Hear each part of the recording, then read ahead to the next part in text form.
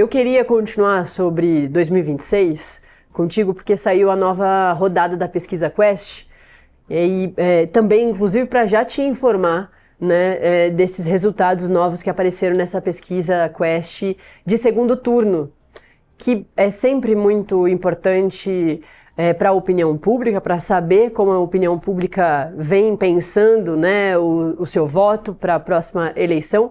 Mas, claro, também lembrando que as campanhas, que ainda não se formaram efetivamente, mas também utilizam isso para entender os próximos passos para definir os seus candidatos. Bom, nessa pesquisa divulgada, aparece um bom desempenho do presidente Lula na corrida presidencial de 2026, com um levantamento indicando que o presidente lidera em todos os cenários de primeiro e de segundo turnos.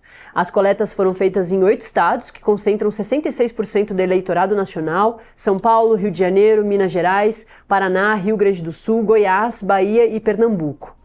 A gente vai conferir as simulações de primeiro turno. No primeiro turno, no primeiro cenário da disputa estimulada de primeiro turno, a Quest colocou Lula e o ex-presidente Jair Bolsonaro, que está inelegível, frente a frente. O Lula aparece com 34% das intenções de voto e Bolsonaro com 28%. O segundo cenário inclui a ex-primeira-dama Michele Bolsonaro, que também vem sendo ventilada como essa herdeira política de Jair Bolsonaro. Lula aparece com 35% e ela com 21%. O terceiro cenário aí traz Tarcísio de Freitas, que a gente vinha falando agora, inimigo político, quase, que dá pra gente já definir desse jeito, de Eduardo Bolsonaro. E nesse cenário, Lula tem 35%, diante dos 17% de Tarcísio. E aí o quarto cenário testa o próprio nome do deputado federal Eduardo Bolsonaro. Lula com 34% contra 15% de Eduardo Bolsonaro.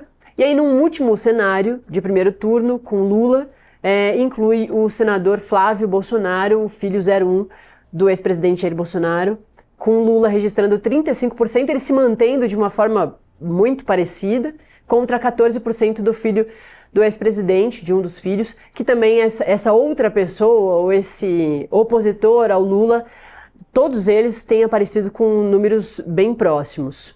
A gente também tem as simulações do segundo turno. E aí os seguintes resultados são: em todos os cenários, Lula venceria os seus adversários. Contra Jair Bolsonaro, a vantagem seria de 12 pontos percentuais, com Lula com 47% e Bolsonaro com 35%. O desempenho de Tarcísio é o melhor entre os aliados de Bolsonaro, o que certamente vai deixar Eduardo Bolsonaro um pouco mais irritado. Lula venceria com 43% contra 35% dos votos para Tarcísio. No cenário com a Michele Bolsonaro, Lula aparece com 47%, Michele com 34%, e nos demais cenários o petista venceria, por exemplo, Ratinho Júnior por 44% a 34%, o próprio Eduardo Bolsonaro com 47% contra 32%, e o governador Eduardo Leite do Rio Grande do Sul por 46% a 30%. Aparece também o Zema perdendo, Caiado perdendo e o Flávio Bolsonaro perdendo. Todos eles com um índice muito parecido e contra um índice também muito parecido do Lula. E apesar da liderança, 58% dos eleitores dizem que Lula não deveria disputar a reeleição em 2026, o que também chama bastante atenção.